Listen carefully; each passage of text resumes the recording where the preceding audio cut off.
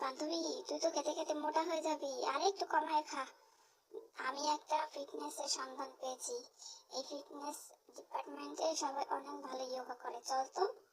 লে, এই রোহিঙ্গা গুলো আবার কোত্থেকে এলো রে? আরে এগুলো মেয়ে না ছেলে, কিছুই তো বুঝতে পারছি না।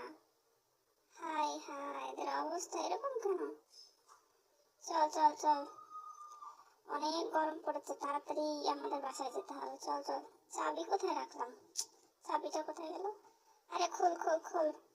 আরে খুলছে না কেন রে? চাবি কোথায় গেল? আমার চাবি কোথায় গেল দেখি তো, ব্যাগে রাখছি কিনা চাবিটা। আরে খোল রে বাবা, খোল রে, টান।